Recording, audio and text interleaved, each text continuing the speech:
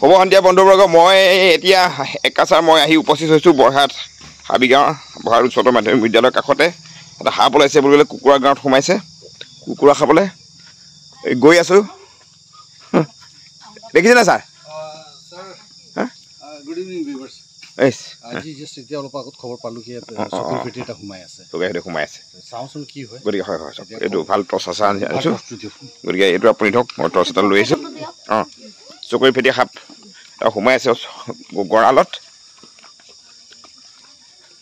এইটো ৰেস্কিউ কৰিবলৈ সোমাইছে ছাৰ সোমাই গৈছে ময়ো আহিছোঁ বহুত দেখিলে নি ছাৰ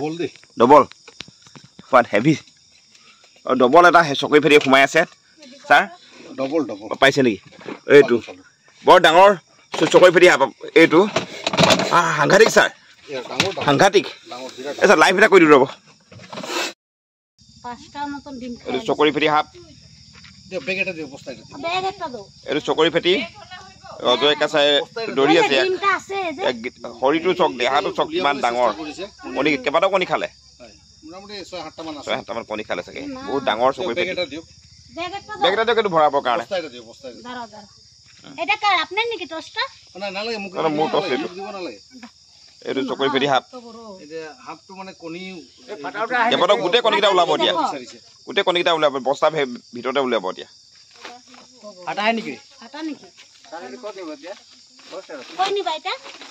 এই ফৰেষ্টত দি দিম আমি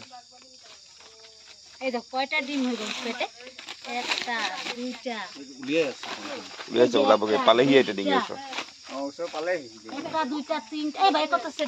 চকুৰি ফেটি সাপ চকুৰি ফেটি